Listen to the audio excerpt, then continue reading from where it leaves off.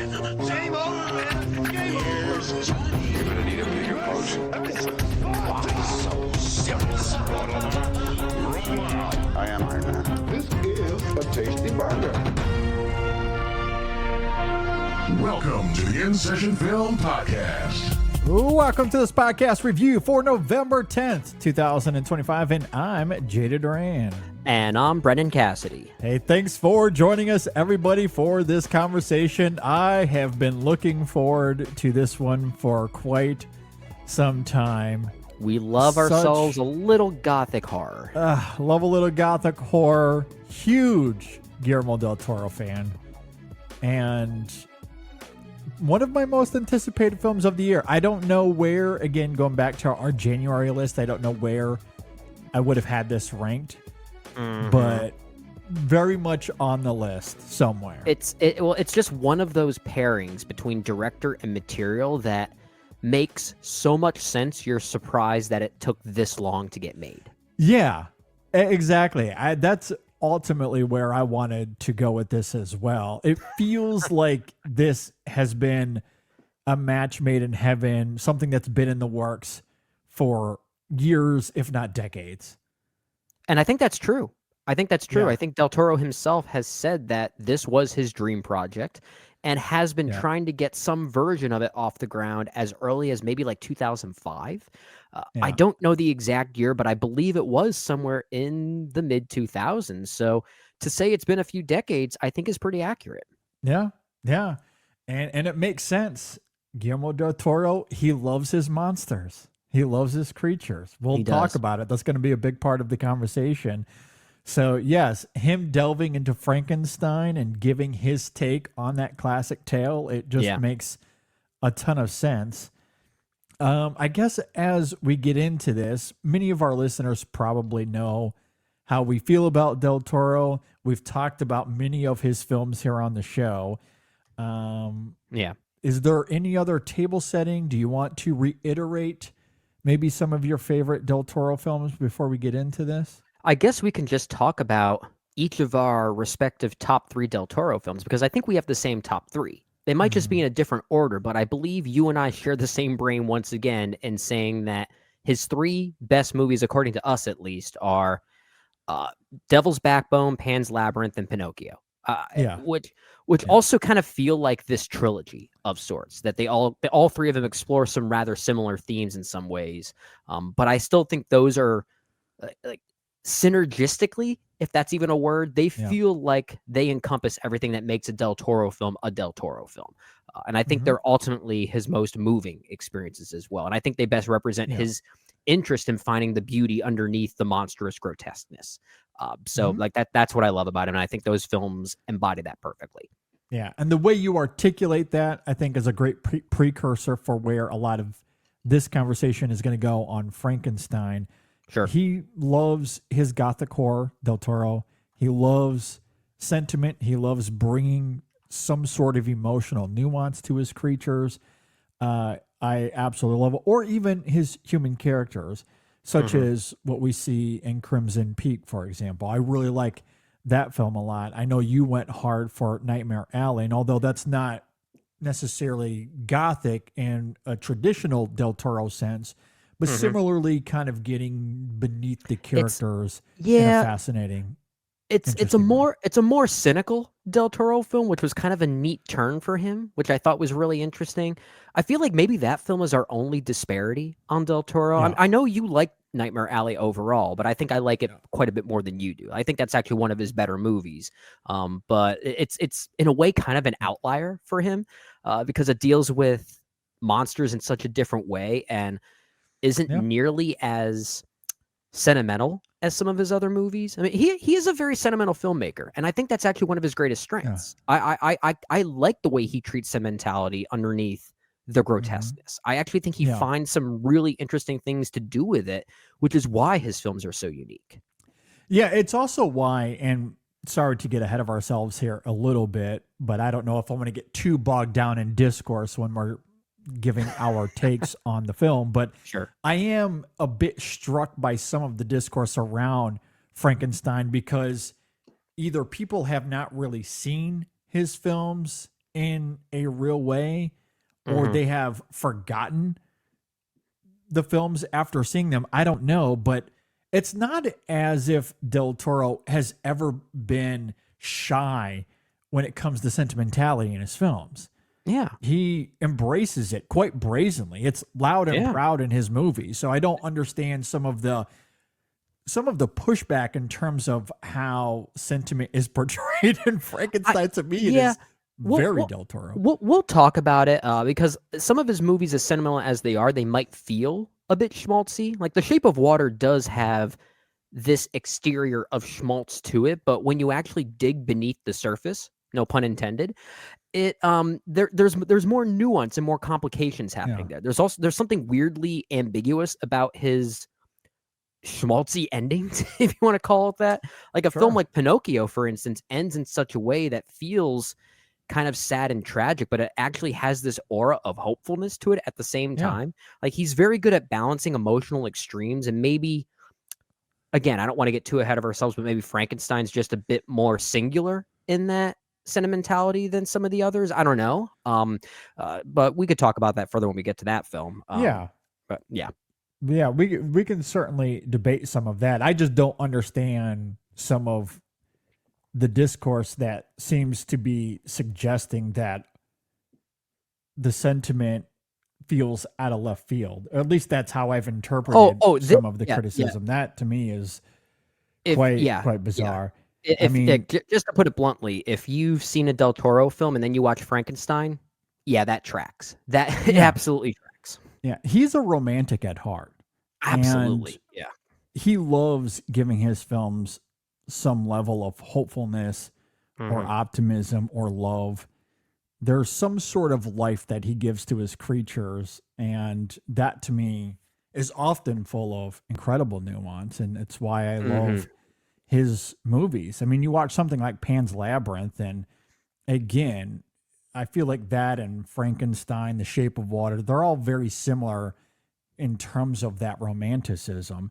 And maybe they are a bit schmaltzy, but there's something about that balance of romanticism and hopefulness and the gothic element that he brings to it that I really love. I mean, maybe you just have to be on his wavelength. I don't know, but I very much am. But there's also something sinister about those movies as well. A movie like Pan's Labyrinth ends in such a way where you can one day argue it's a happy ending. The next day you argue it is anything but a happy ending. And he does that quite a bit with some of his movies. That's where I think those emotional dichotomies and how he concludes these movies with this sensation of sentimentality, that's what makes him so interesting to me. Yeah.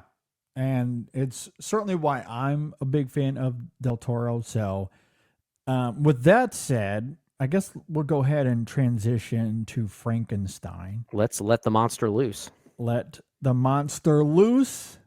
The modern Prometheus. That's also been really fun seeing some of those tweets flying around over the weekend as well. That was the original title of Mary Shelley's book, if I'm not mistaken. It is. Yeah, that was the subtitle of it.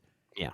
And I think it was friend of the show, Matt Neglia, that said something about it. One of the images of the creature here, he's like, if you told me this was out of Prometheus, I would believe you. And of course, there invoked a lot of tweets about that. It was very clever. He was very observant in that regard. But there are a few scenes here where Jacob Elordi kind of looks like an engineer from Prometheus.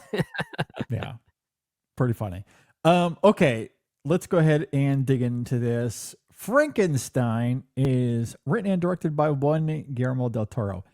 This film stars Jacob Elordi, Oscar Isaac, Mia Goth, Christoph Waltz, and a bunch of others that come and go throughout the film. If you're not familiar with Frankenstein, you all are. Who are we kidding? How many adaptations of this material have there been at this point? Yeah, God knows. God knows.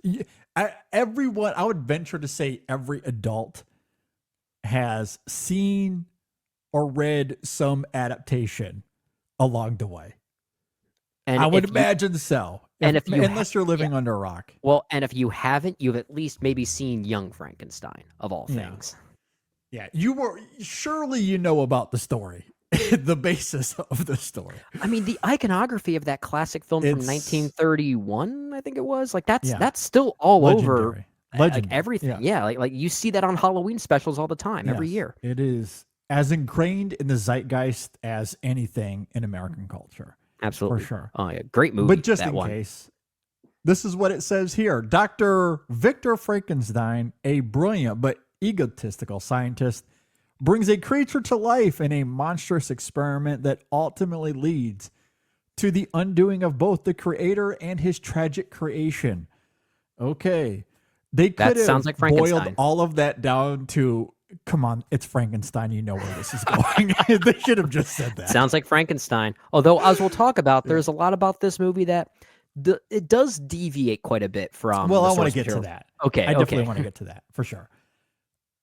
But first, Brendan, tell me, what did you think about Del Toro's adaptation of Frankenstein? I feel like that should be the official title. Guillermo del Toro's Frankenstein, much like it was with Pinocchio. That movie's Pinocchio, not yeah. titled Pinocchio. It's called Guillermo del Toro's Pinocchio Yeah. because it's his version of a classic story. He makes it into his version, which is what makes Frankenstein so interesting because he kind of plays into the common tropes of what Frankenstein is and what we know, but it also has very much a Guillermo del Toro like energy, and he makes narrative choices that feel very much in line with what he has done in previous movies, which is why, to our point earlier, and why I agree with what you said earlier, this feels very much in line with what Del Toro has done before. If you've seen all of his films leading up to Frankenstein, this makes sense. It absolutely makes sense, and it makes a lot of sense as to why this is one of his favorite stories and why this was a passion project for him, because you can see so much of Frankenstein in even movies like Pinocchio or Crimson Peak or The Shape of Water. In some ways, he's kind of adapted Frankenstein a few times already, Yeah. which is not a knock on his actual version of Frankenstein. If anything, maybe it makes me wonder if I would have liked this movie more had he done it earlier, been more literal with that actual adaptation process. Maybe it would have seemed a little bit fresher. But there is a moment here in Frankenstein where it is very clear why this is a story he loves. The framing device of this Frankenstein kind of has maybe a little bit of a Rashomon effect of sorts. It does, but it doesn't. It's still very linear, but we have three specific acts, if you will, that are from different perspectives, essentially. And there's a moment in the middle of the film from a very particular perspective that almost acts like its own almost 45-minute short film. It is absolutely breathtaking, and it's absolutely amazing. And for reasons I'm sure we'll talk about, and many people have already said, it's because of how great Jacob Elordi is in this movie.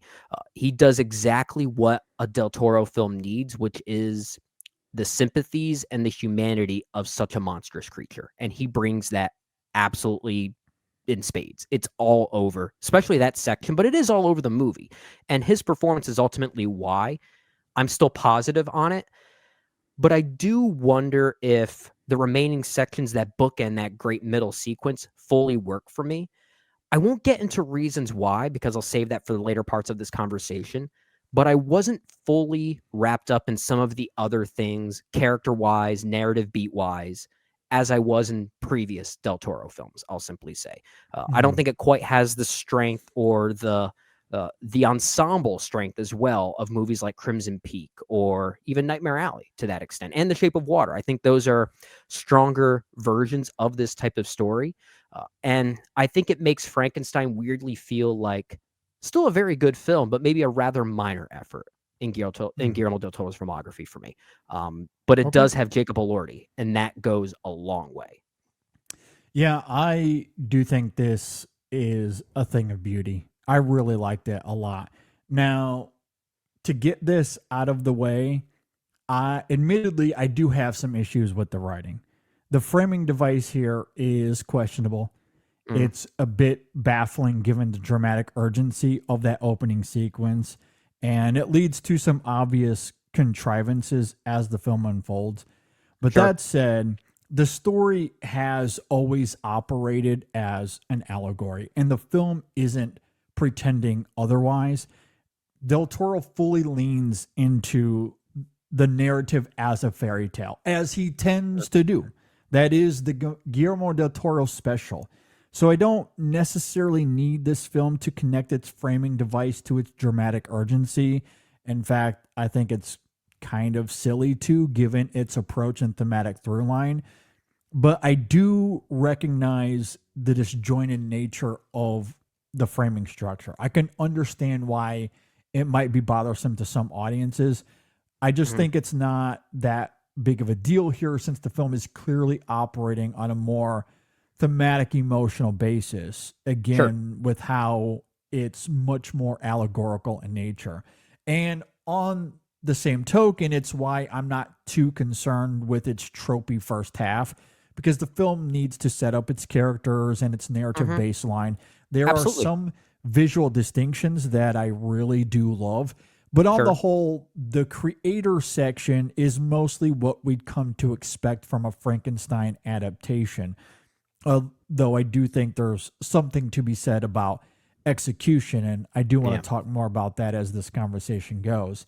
However, and to emphasize why the framing doesn't bother me, the creature's moment of, now let me tell you my story, goes pretty hard given the back half of this film. It's great. When it begins to relish in its empathy and ideas of self-love and embracing the gift of life, that's where this film truly excels, especially thanks to, as you noted earlier, Jacob Elordi, who is the real effing deal. His eye work and body mannerisms are something to behold. It is the epitome of the "I'm sorry I wasn't familiar with your game" meme. Good Lord. I had no idea I was not familiar with your game, Jacob Elordi. He invokes a deep pathos with his performance, which again is a Del Toro trait. He loves his monsters. He loves his creatures. He loves to give them nuance and an emotional underbelly, as we talked about earlier. Del Toro is not rewriting the Frankenstein playbook here. That is not his goal. He wants to breathe life into his creature. He wants us to see and feel something for him. Is that different from any other Frankenstein adaptation? Not really. Frankenstein's monster has always come with empathy and in a lot of other versions, some level of horror. But Del Toro isn't interested in making the creature horrific. He is powerful. He has the ability to invoke fear, but mostly Del Toro wants us to see his humanity. And I think the way he goes about it, again, when we're talking about execution, there is plenty of emotion to go around. And that's a result of Del Toro's filmmaking and Elordi's magnificent performance. So yes, I understand the narrative criticisms. I don't necessarily disagree with many of them, but it's not what a film is about, it's how it's about. Roger Ebert ethos. I think this film absolutely thrives. And maybe to your point, this has been something Del Toro has been leading to for decades. It's not necessarily something new, even within his own filmography.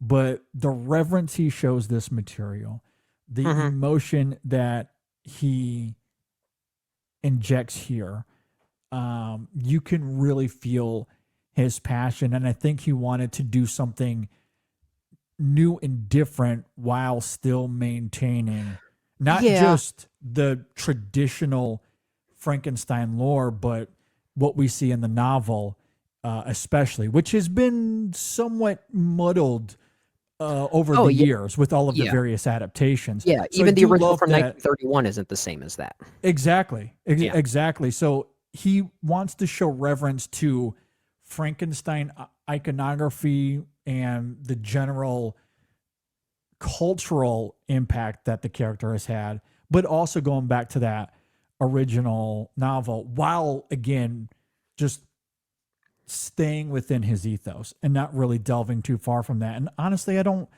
think I really wanted him to. So I think he found that I think middle it's ground fair. quite perfectly. Yeah, and I realize my opening thoughts may have sounded like they were more interested in the what as opposed to the how, as you're talking about. But in actuality, if I do have criticisms for this movie, it does really come down to the execution and the how of it all. If anything, I do actually like that the film is taking on its own identity when looking back on the Frankenstein lore. It feels like its own take of Frankenstein specifically, but it also feels very much in line with. It feels more like another Del Toro film than it does another Frankenstein adaptation, if that makes sense. Yeah. And I have seen some pushback from people that feel like he's kind of adapted this material already indirectly in some of his other movies, and I certainly do see that, which is maybe why Frankenstein feels a bit more minor to me, because I feel like some of these themes were even more effective to me in movies like The Shape of Water or Pinocchio. And that's not necessarily a bad thing. I mean, Frankenstein was always part of his DNA, so he might as well just tell the story in his own way anyway. And when he does focus on the creature, that is when you get a very clear sense as to why he wanted to tell this movie. It's that section that kind of took me back to that whole example of, let's say, when Peter Jackson wanted to make King Kong in 2005, another passion project for him. And he did some unique things with it. Like the dynamic between Naomi Watts and Kong himself in that movie is kind of what reminded me of the dynamic with, let's say, the creature in this movie and the old man that he meets, which I'm sure we'll talk about later. It's got a very similar romanticism in a way. And I think that section is quite great. I don't know if I want to get to this point of the movie right now, because I'm not sure how you feel about this. That first act, I like that it's here. I like that we need to do some of this table setting, as you said. I think it's required. I think we need to establish the characters in this way. I did not like Oscar Isaac in this movie. In a way, he really did take me out of it. I don't think he's bad per se, but I never saw the character. I always just saw Oscar Isaac in this movie. And I can actually say the same thing about Mia Goth and Christoph Waltz. I never saw their performances or the characters that they were portraying. I saw acting by actors. That's all I really saw. And it sadly kind of took me out of it and made me, I guess, miss some of the sincerity that I know Del Toro is bringing to this material. And I just don't think they brought the right personality to make it as distinct as this material required. And I don't know if that's a performance thing. I don't know if that's a directional thing, or if it's maybe a writing thing, to your point earlier during your opening thoughts. I don't know what that disconnect is. But that side of the movie didn't really vibe with me. And I'm having a hard time articulating why, but I think it is their performances not really rising above this material, unfortunately. And that was maybe my biggest issue with it. Okay. Yeah, I've seen some pushback on the performances. I do not necessarily share that criticism, but what I do share is the general sentiment that the first half of the film is much less compelling. I do think much of what we see in the creator section is rudimentary. A lot of it is conventional. It is setting the fundamental or the foundational Frankenstein narrative that needs to be here for what we get in the back half of the film. To me, it is not the performances. It is wholly the writing. Okay. That's the disconnect for me, especially Fair. the framing device here. As I noted earlier, that is the element of this film that I do question the most. Yeah, that's a fair point. The opening sequence of this film is quite action oriented. There's hefty dramatic urgency to the matter, and the film pauses in the middle of that dramatic urgency, in the middle of the cat and mouse chase, to be like, okay, let me tell you my backstory. And it's going to take an hour, so settle in. And it's quite absurd. It's absurd. It is. It does have that kind of fairy tale like energy, but I'm not sure if the film fully buys into that framing device as it is a traditionalist kind of tale. So like maybe there's like a lack of commitment to that.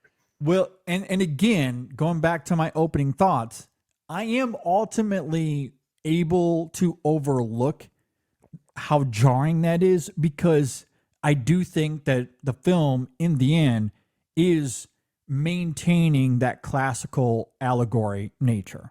Sure. And it is acting as a fairy tale, as Del Toro tends to do. So I am able to overlook it, but in the moment, it's hard to ignore how jarring that is. And I do think, in a sense, it does mitigate the performances because I honestly don't think they're given all that much to do. Especially when you're comparing it to what we know these characters to be, historically speaking. Yeah. I don't think this is on Oscar Isaac. I don't think this is on Christoph Waltz or Mia Goth. I think the writing is too rudimentary in that opening act that they're simply giving performances that we expect out of the material. And I think they do a good job, especially Oscar Isaac. Mia Goth is the one performance here where I do think, unfortunately, she is miscast. As much as I do appreciate Mia Goth, I don't think she was right for that role, especially when you look at the romantic nucleus of that character. I don't think she's able to give the character enough power to give credence to that romanticism. But Oscar Isaac and Christoph Waltz, I think, are perfectly fine here. I think they're good. I don't think the material supports them. And to me, that's the biggest problem. Because I have seen Oscar Isaac, I have seen what Christoph Waltz, when they have material that great. allows them to be great, they are more than capable of being great. Yeah. Capital G, great. One of them's won 2 Oscars already. So One of them's won 2 know. Oscars. Yeah. Oscar Isaac should have won an Oscar. Oh, yeah. For in Inside 2013. Llewyn Davis. Yeah, absolutely. For Inside Llewyn Davis. He's fantastic. I love Oscar Isaac. He's one of my boys. I just don't think the material is giving him all that much. But given what's there on the page, I think he's more than serviceable here. I think he taps into those classic Victor Frankenstein tropes of playing God and having this ambition and ego and everything that comes with that character. He conveys that, I think, very well. Is it interesting? Is it compelling? Is it interesting? Like, is it nuanced? I don't know. I don't think so. But again, that comes back to the writing for me, because I don't think the writing of the creator section is meant to really do anything other than set the table. That's all it's really doing. And I do think there's some purpose in that, if I'm to be fair to Del Toro, because I think much of the back half is him very much pulling the rug. It is actively subverting much of those There's a yin and tropes. yang going on there. Yeah. Absolutely. So I do think he's actively playing into convention on purpose. But that still doesn't take away from the fact that the opening of the film, that first act, I think it's compelling because of Elordi and because of the filmmaking. I think Del Toro, as a filmmaker, does a great job of visually immersing you into the world. You have the practicality of him putting the creature together and all of the fun Del Toro isms that we would expect. That, and again, and that's why I wanted to mention in my opening thoughts, execution. Yeah. I was able to still enjoy the first half because of the filmmaking, but the writing is what leaves a lot to be desired. Well, I think you hit the nail on the head. And, Del Toro is someone who has been very good in the past at, giving into convention, but still giving it a unique personality. I mean, in a way, The Shape of Water is very much a conventional tale that looks and feels very unconventional. Much of what's going on underneath is very much a 1950s romance film. It's not too far off from that. It's a fish man instead of a person, which is crazy. But it's not too far off from some of those Technicolor romances from the 1950s, like All That Heaven Allows. Like it's got a that's very the magic trick of that movie. Yeah, I know it's got a very Douglas Sirk energy, even though it looks like it might not. And I think that's what I was sadly missing with that first half. I think you're right that the performances are really doing all they can with this material, but it's so hard for a performance to go above and beyond when the material on the page kind of feels like a first draft in a way. Yeah. And I guess there was a missed opportunity here for Del Toro to take something that was ultimately designed to be conventional and still give it some personality and still maintain that yin and yang approach of how different the second half of this movie ultimately is. It really does feel like Del Toro went ahead and wrote the creature section first and then realized I need to write a full movie around it. And that's how the first half mostly came to be.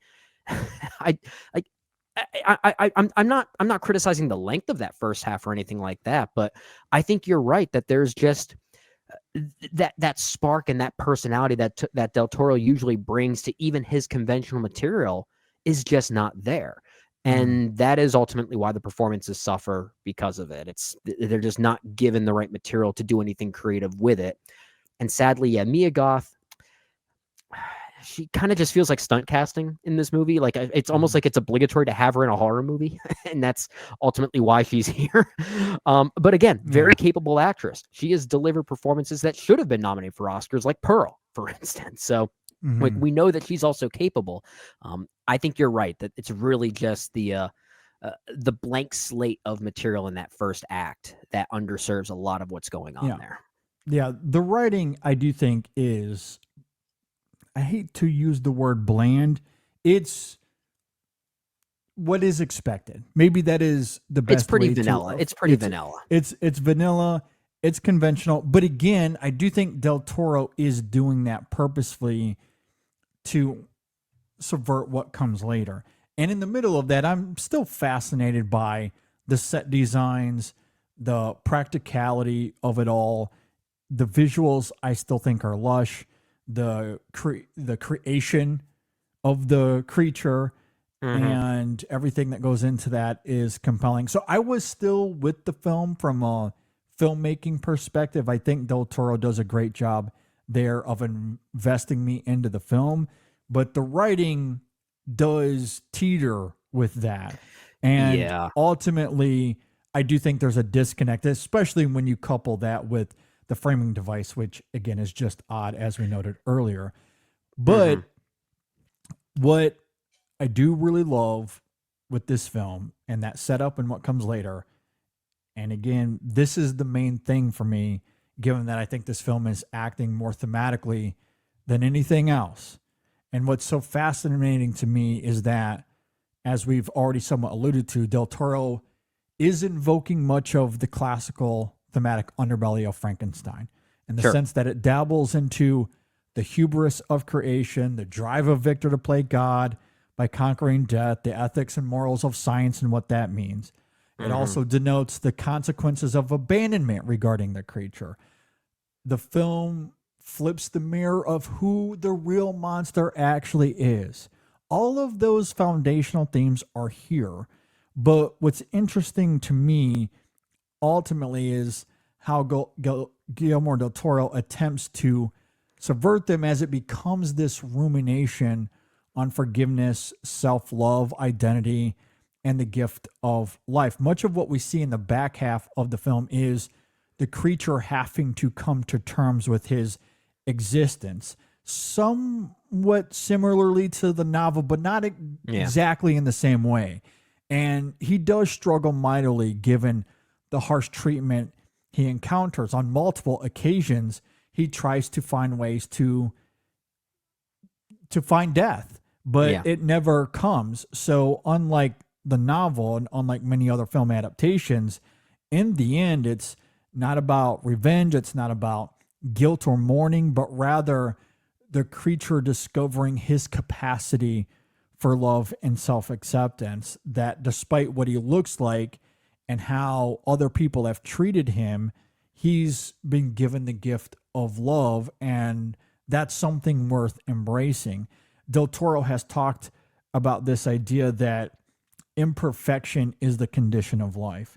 And even though the creature is wounded and flawed, he still gets to bask in the sun and live each day. So if that's your fate, your identity can hinge on either leaning into bitterness and anger and fear, or you can choose forgiveness, empathy, and love. Again, I don't think the film is reinventing anything, but it is leaning into the allegorical ethos of the source material in a very different way that highlights the strengths of Del Toro and his storytelling, as we noted earlier. And it's why this is probably the most sympathetic adaptation of the character yet, especially when you couple that with Elordi's performance, which, as we noted earlier, is It's great. striking, absolutely stupendous, and Yeah. one of the best of the year. So I do ultimately love that subversion. I love how it ends. I love how different it is from any other Frankenstein adaptation, how different it is from the novel even.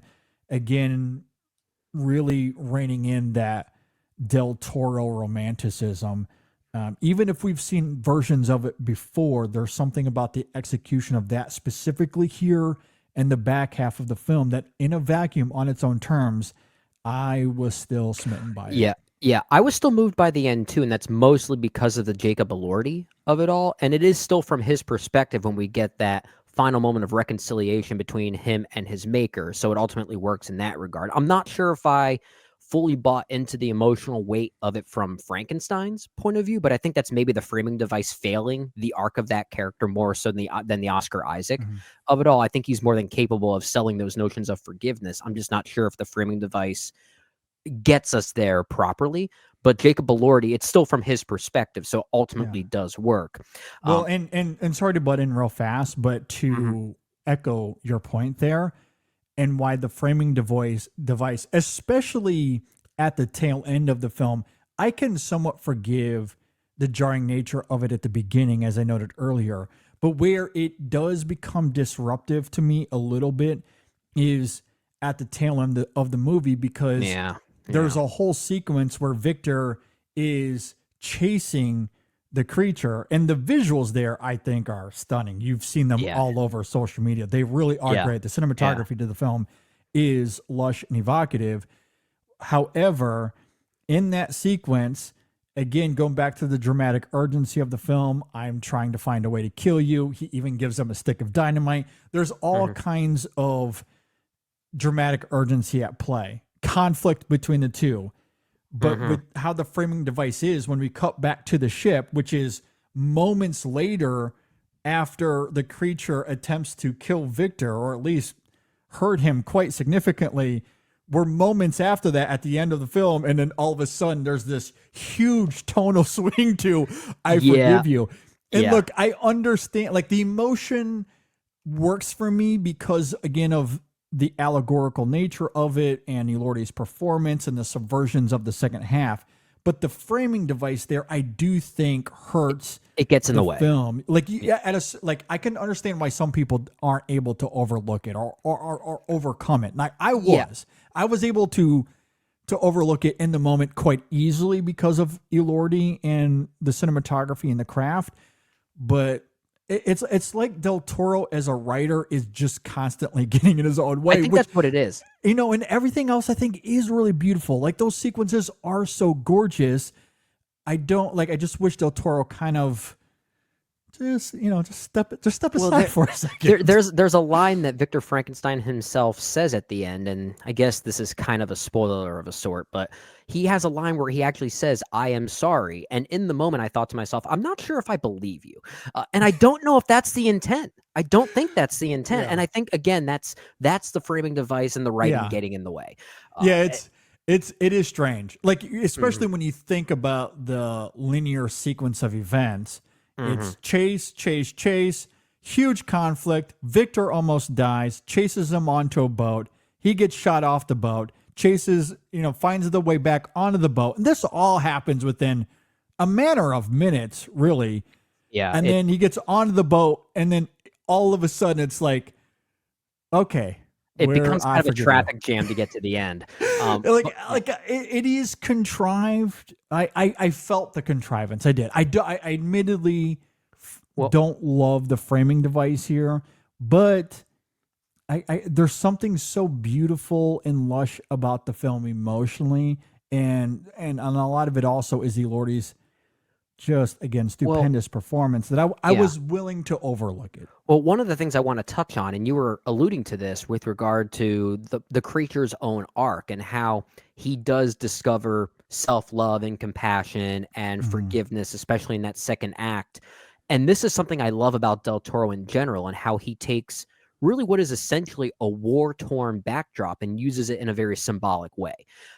Because the creature himself is built off of the body parts of dead soldiers who are people that have all died in acts of violence. And Del Toro himself has been very open in his movies that he has a very anti-war stance. His movies very much carry that.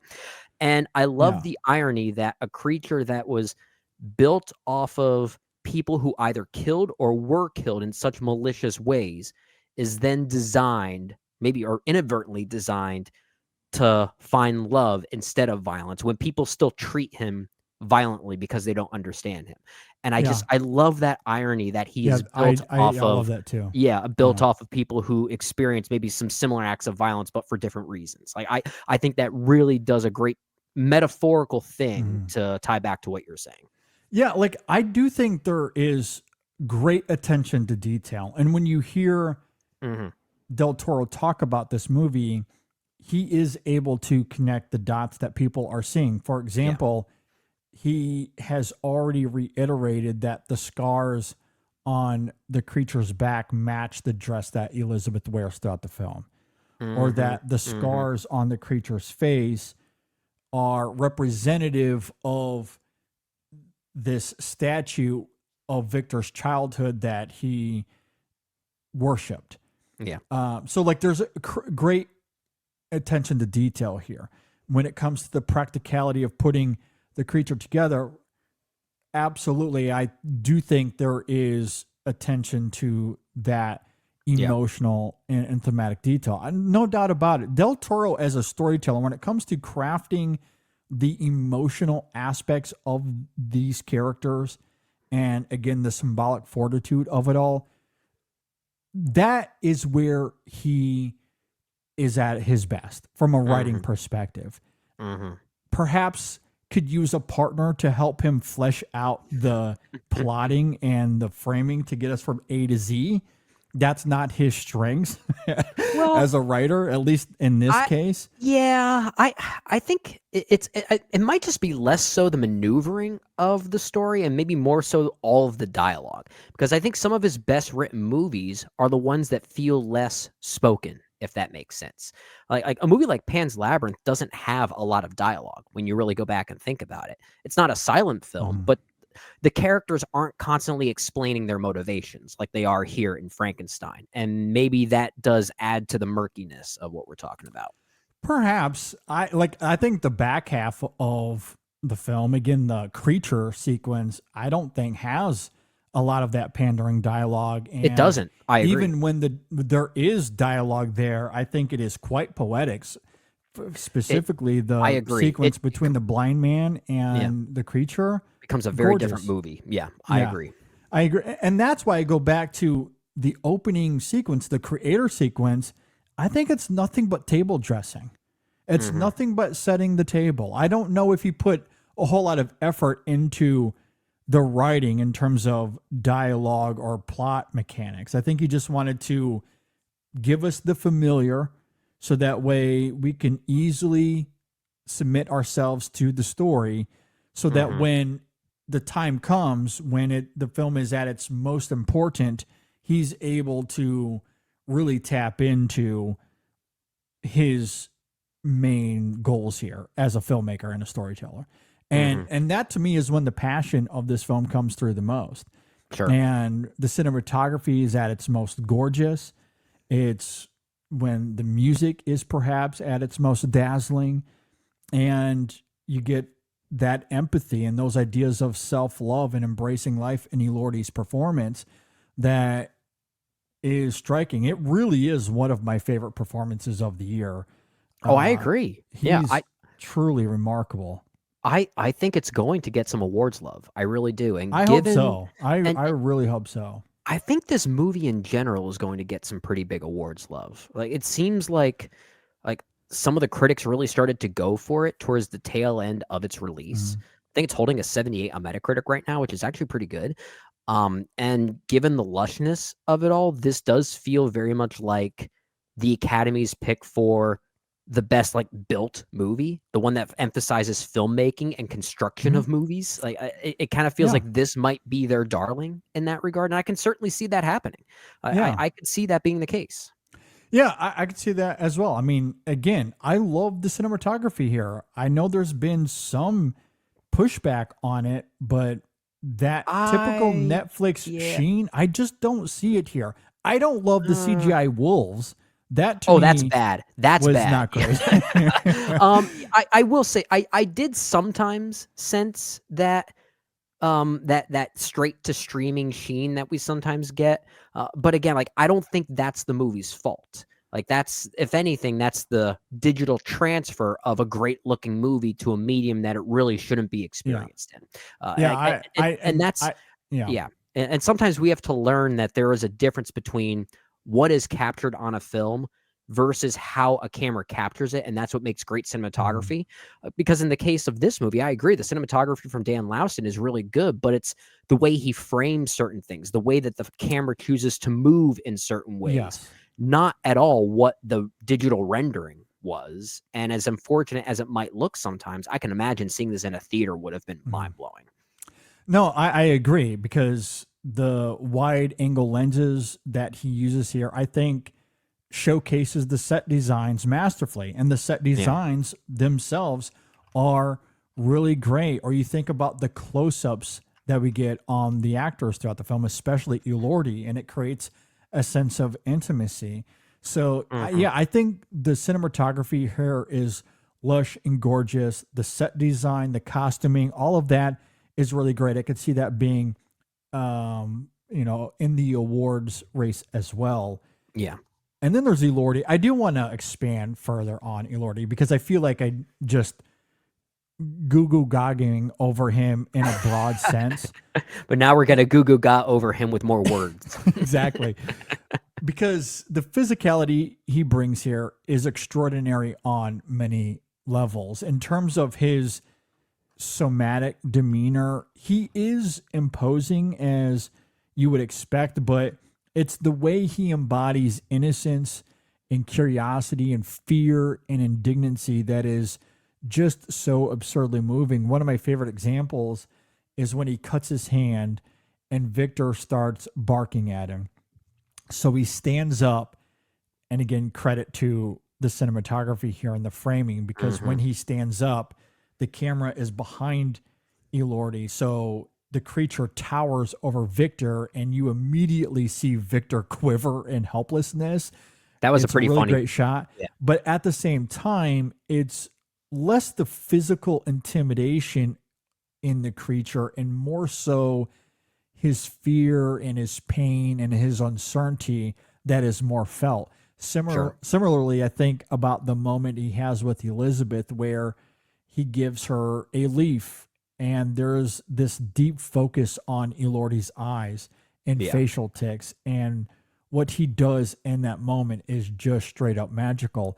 And of course, the moments he has with the blind man in the back half of the film, where it explores that friendship and how it completely envelops the creature. And there's some of my favorite scenes that I've seen all year. And again, there's nothing innovative about them from a writing perspective. I think we've established that.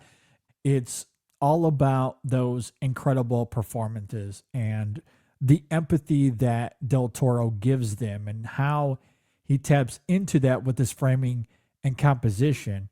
I was moved by that. And again, just to reiterate, I know that we've somewhat argued the creature Victor final moment at the end of the film and how the writing somewhat stumbles there.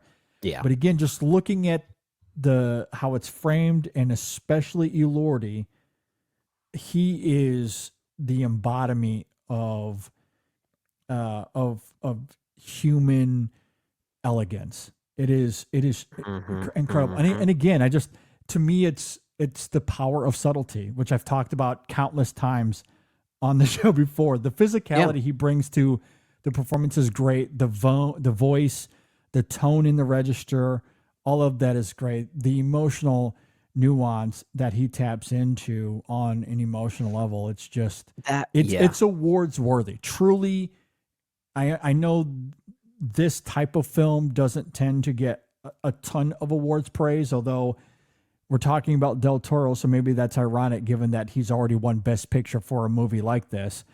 And maybe this is going to be another one of those awards players this year. I don't know. But Elordi, I think, deserves all the credit in the world. And I really do hope that voters at the end of the year recognize him. I think they will. And also credit to David Bradley, who plays the blind man in those sequences. He is also quite terrific. I think their dynamic is really quite beautiful in that middle section of the movie. That whole middle section, I mean, it is kind of a bait and switch, because that first act, as we talked about, I was mostly enjoying it because of the filmmaking and because there was definitely a sincerity that Del Toro was bringing to it, even despite the writing not fully connecting me in the way that other Del Toro films have. But when we get to the creature's tale, there was a moment midway through that tale where I thought, okay, this might be Del Toro's best movie. Like it almost gets that good at points, which is like as much as I do like this movie overall, I'm still kind of bummed because I love that sequence so much, and I wish the whole film had that same hook on me. And it doesn't quite get there, but Jacob Elordi is deserving of all of his flowers for sure. And did you know that he was not the original actor cast? Yeah. I can't imagine anyone else being in that role now. And this has happened several times over the years where and there was an original actor cast in the role. They had to drop out for whatever reason. Someone else comes in to do the performance, and then you just can't fathom anyone else doing that role. This is another classic example of that, because look, I love Andrew Garfield, and I think he's great in a lot of roles. I think, I don't know. Like maybe he could give this performance. I think he's good enough. He could probably deliver a similar type of performance, but at the same time, because Elordi is the one that actually performs the role, I can't. You have to manifest a comparison by that point. I feel like we had the same thing to say about. I'm trying to think of the last time we said something like this. Maybe it was. Remember Jeremy Saulnier's Rebel Ridge, and we praised Aaron Pierre when he was not the first choice for that movie. I think it was John Boyega, wasn't it? Yeah. And we sat back and thought, there's no one else who could play that character. It was Aaron Pierre's from the start. And knowing that, I think he was actually maybe third in line for that role, and I couldn't imagine anyone else. But you're right, that does happen a lot, where second fiddle ends up becoming the only one that was worth playing that role. Exactly. Like, I don't know what the casting was for Inside Llewyn Davis, but Oscar Isaac was born for that role regardless, whether he was first or last on the list. Again, Oscar Isaac is great. I love Oscar Isaac. I love Christoph Waltz. I think they're tremendous actors. To me, the opening section of the film is not on their shoulders. I just don't think they're given all that much to do.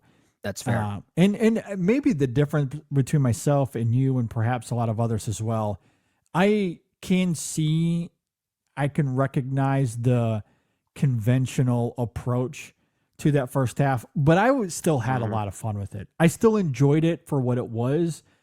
I think a lot of that just comes down to the playfulness of it and Del Toro as a filmmaker. There's something about his sensibilities.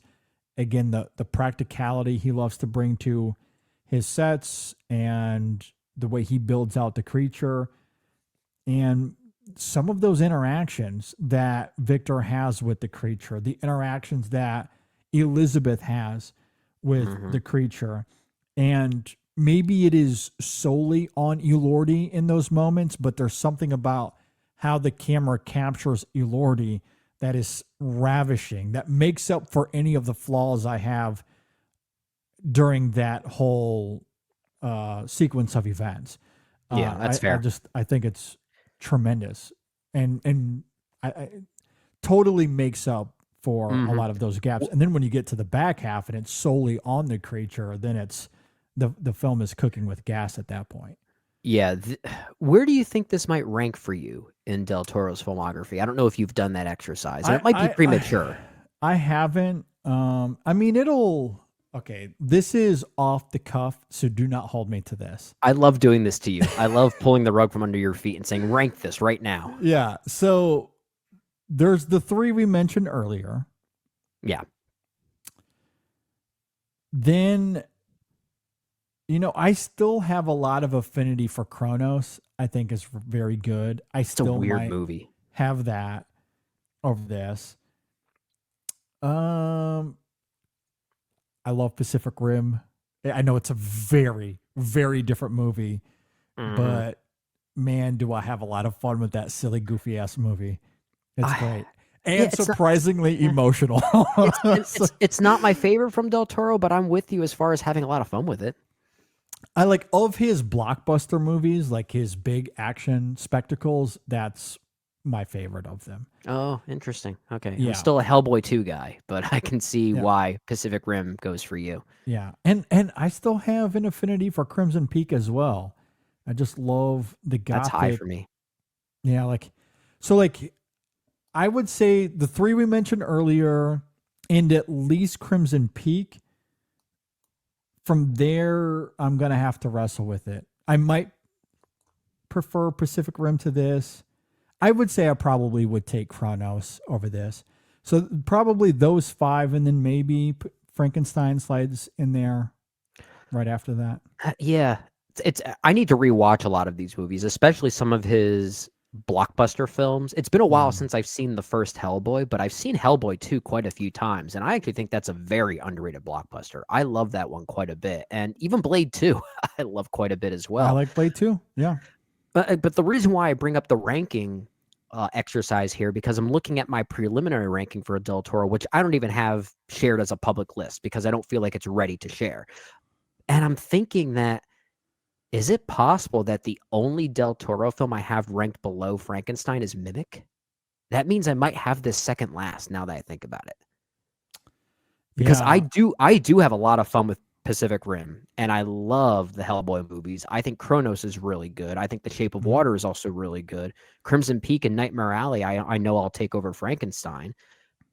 I think, and Mimic, I don't really count as a Del Toro film. It's really hard to count that as a Del Toro yeah. So movie, if we get rid of that one and don't even include this as part of the exercise, am I seriously sitting here thinking that Frankenstein might be my least favorite Del Toro film? That's a weird thing to say, even given this conversation.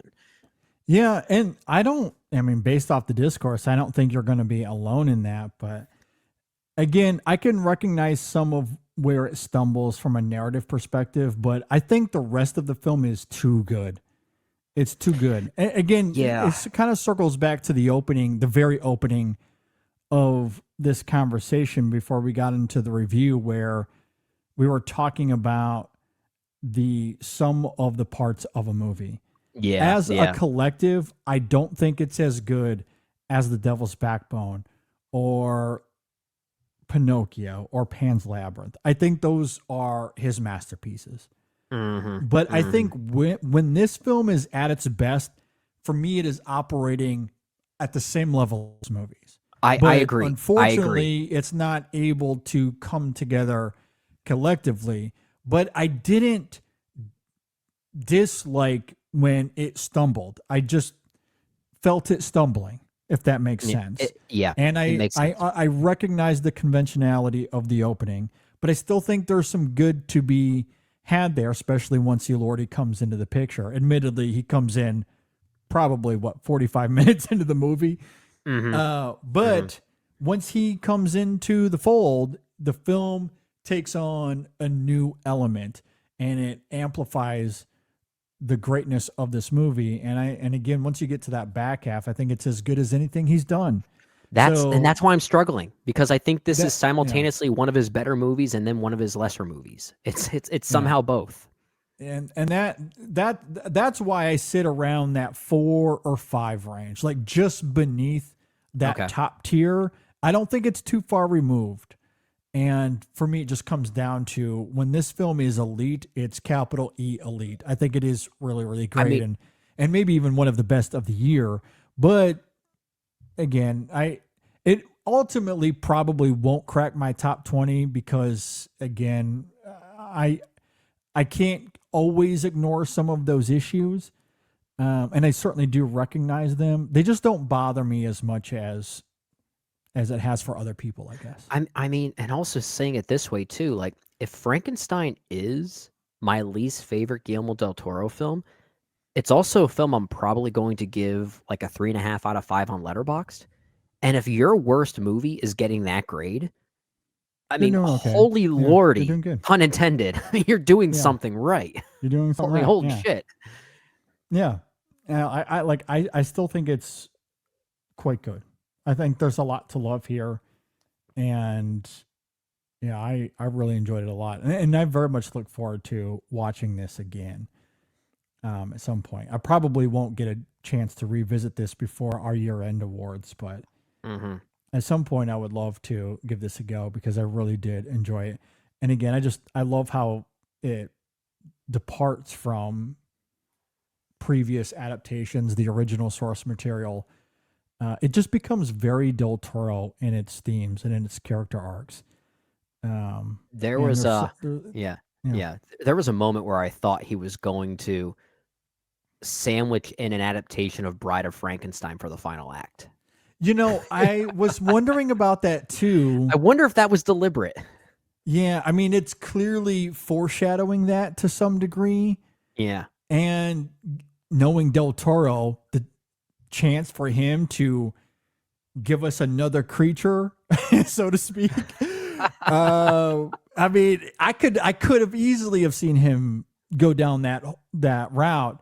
In the end, I'm glad that he doesn't. Like the choices that he makes are ultimately really great. And again, that's what I have to go back to as a storyteller. I still think he makes a lot of the right choices. Again, the attention to detail is there, emotionally speaking, thematically speaking. For me, it's mostly in the framing and in some of the mechanics. Sure. That to me is where it stumbles the most. But yeah, I definitely had that thought. I kind of I did wondered. too. I did too. But I'm glad that he chose. Oh, what he did. me too. But it did get me thinking. I was like, "Whoa, is he gonna go there?" I hope he doesn't. But that'd be daring to do 2 adaptations in one movie and leave the second adaptation for a third act climax. Yeah, it would have been interesting.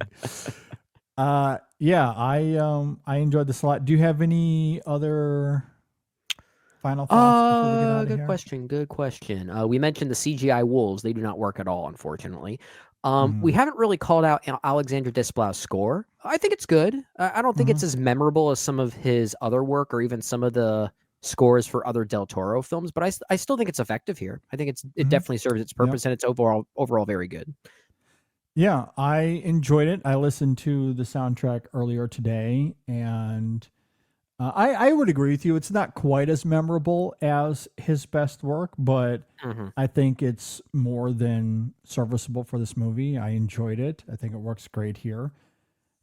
As far as any other final thoughts, I don't know if I have anything else. Honestly, I'm kind of scouring my notes here as we talk, and I feel like I think kind of went through everything. I think the here. monster's officially loose. Yeah, the monster is loose.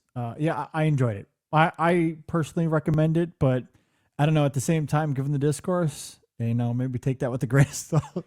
So I don't know. It's a good movie. Yeah, I had a lot of problems with it, but it's still a good movie. Yeah, good stuff.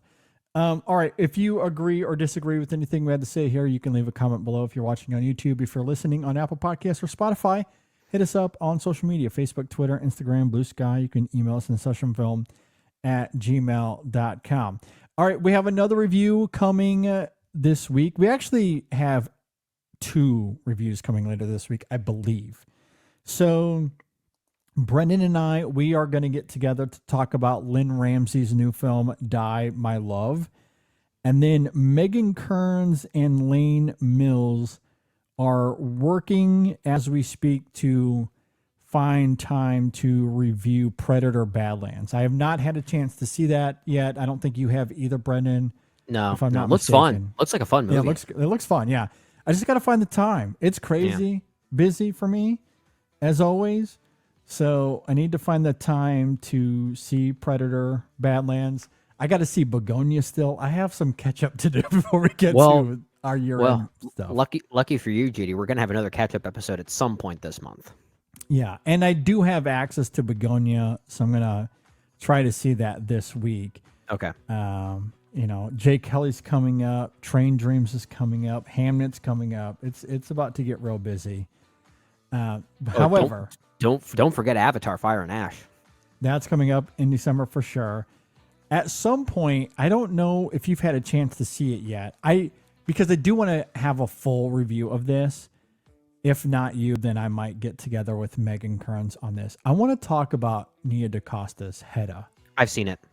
Have you seen it? Okay. I've seen it. Yeah. I want to find time for that as well, because I think there's a lot to discuss there. Oh, That yeah. would be fun. It is. It's love and friendship once again. Yeah. That's all I could think about. And I say that extremely complimentary, by the way. Oh, I do too. Absolutely. Yes. So I do want to talk about that. So hopefully we can find time for that as well. At any rate, all of that is coming down the pipeline. You can be on the lookout for that. New Women in Session, and I think a new Chasing Gold later on in the week as well. Okay, with that said, thanks for listening, everybody. Thanks for watching. We'll see you next time on the In Session Film Podcast.